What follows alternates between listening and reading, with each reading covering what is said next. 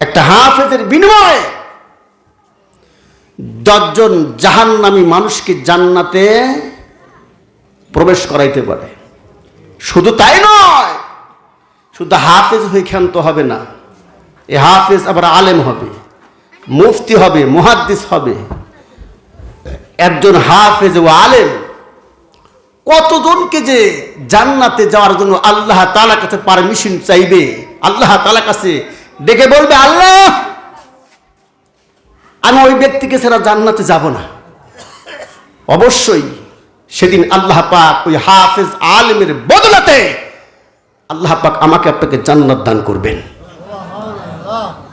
কি আমরা জান্নাতে যেতে চাই?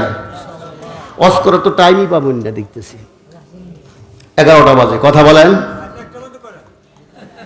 নিষেধ আছে ভাই। আল্লাহ পাক ওয়াদা করেছেন। ওয়াদা করেছে কে? আল্লাহ পাক। কাদের ব্যাপারে ওয়াদা করেছেন? আল্লাহ পাক ইমানদার বান্দা এবং